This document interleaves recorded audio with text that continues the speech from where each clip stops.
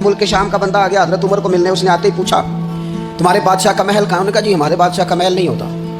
ہمارے ہاں لوگوں نے سمجھ لیا نا کہ روب شاید کپڑوں کا ہوتا ہے، روب شاید گاڑیوں کا ہوتا ہے، بنگلوں کا ہوتا ہے، بہت بڑی کوٹھی کا روب ہوتا ہے۔ اور نہیں بھائی، روب تو بندے کے کردار کا ہوتا ہے، اس کے افکار کا روب ہوتا ہے، روب اس کے اونچے خیالات کا ہوتا ہے۔ کہاں ہے آپ کے بادشاہ کا محل؟ تو نے کہا محل شہل تو کوئی نہیں، مسجد میں ہوں گے امیر المومنین۔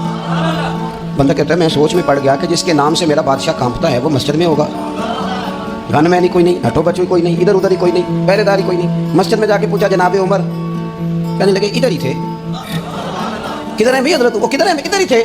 کہنے لگا میں حیران ہو گیا، یہ بادشاہ کی بات ہو رہی ہے۔ ایک صاحب کہنے لگے وہ کھجوروں کے باغ کی طرف جا رہے تھے۔ کہتے میں کھجوروں کے باغ میں گیا تو ایک بندے سے پوچھا امیر المومنین، کہنے لگا وہ سامنے کی طرف جا رہے تھے، ادھر گیا۔ ایک بندے سے پوچھا کہاں ہے وہ شخص اس کی 24 لاکھ مربع میل پہ حکومت ہے؟ کہاں ہے وہ شخص جو مدینے میں بیٹھ کے نعرہ لگاتا ہے تو کیسر و کسرا کانپ جاتے ہیں؟ وہ بندہ کدھر ہے کہ جس کی بات جگہ جگہ ہوتی ہے، جس کا تذکرہ سنا ہے تو اسے دیکھ کے شیطان بھی رستے بدل جاتا ہے۔ انہوں نے کہا وہ دیکھ رہے ہو کھجور کے درخت کے نیچے کنویں کے ساتھ مٹی کا ڈھیلا تکیے کی جگہ رکھ کے وہ جو تامت باندھے کرتا پہنے سویا ہے وہی تو فاروق اعظم ہے۔ وہ شخص کہتا ہے عمر سوئے تھے۔ شیر سویا بھی ہو تو اس کا روب ہوتا ہے، شیر جو ہوتا ہے، شیر کبھی سو بھی جائے نا تو لوگ پھر بھی خوف کھاتے ہیں اور اس کے جاگنے کا خوف کھاتے ہیں کہ یہ کہیں جاگ نہ جائے۔ شیر جو ہوا کہتے ہیں حضرت عمر سوئے تھے اور میں قریب گیا تو میرے وجود پہ روب طاری ہو گیا، روب، اور میری زبان سے بے ساختہ یہ جملے نکلے کہ عمر تو انصاف کر کے سویا ہے نا، تو مٹی کے ڈھیلے پہ بھی تجھے سکون کی نیند ہے۔ خودداری، وقار، عزت، یہ احساس کمتری سے باہر نکلیں۔ ہم نے اپنے بچوں کو مسل ڈالا ہے، وہ تسی ماڑے دے بچے ہو، تسی تو نہیں نہ آگے جا سکتے، وہ اسی غریب لوگ کا بیٹے تو فلانے کے ساتھ نہ جایا۔ ہم نے اپنے بچوں کی خواہشات تباہ کر دی، کمزور کر کے رکھ دیا، انہیں بار بار سکھایا ہم نے۔ خوددار تھا وہ باپ جس کی تھوڑی سی آمدن تھی پر وہ گرمیوں میں اپنے پتر سے کہتا تھا پتر بڑھولے میں دانے ڈال دیے ہیں، تمہاری ماں نے مرتبان میں اچار ڈال دیا ہے، لو اب ساری گرمیاں پرواہ ہوئی گئی۔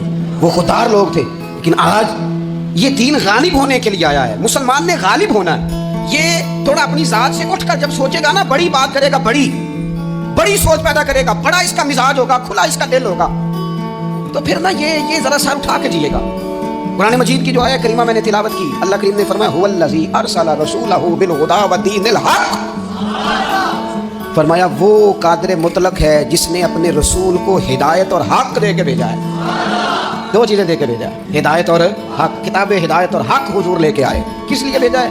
کہ نیرا تسبیح پڑھیں اور سو جائیں، نیرا جناب عبادت کریں اور آرام کریں، نیرا جناب تلاوت کریں اور آرام کریں، نہ۔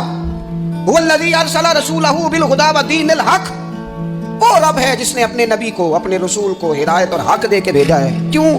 کہ لیظہرہ علی الدین کلہ، تاکہ اس دین کو تمام دینوں پر غالب کر دے، اس کو غالب کرے، ہر دین پر یہ دین چھا جائے۔ ولو کرہ المشرکون، اگرچہ مشرکوں کو یہ بات بری ہی لگے، نا پسند آئے، کسی کو نہیں آتی، لیظہرہ علی الدین کلہ، یہ دین غالب ہونے کے لیے آیا۔ غالب تو نماز بھی پڑھ، عبادت بھی کر، لیکن یہ بھی خیال رکھ کہ دنیا میں نماز والے نبی کا نظام بھی قائم کرنا ہے۔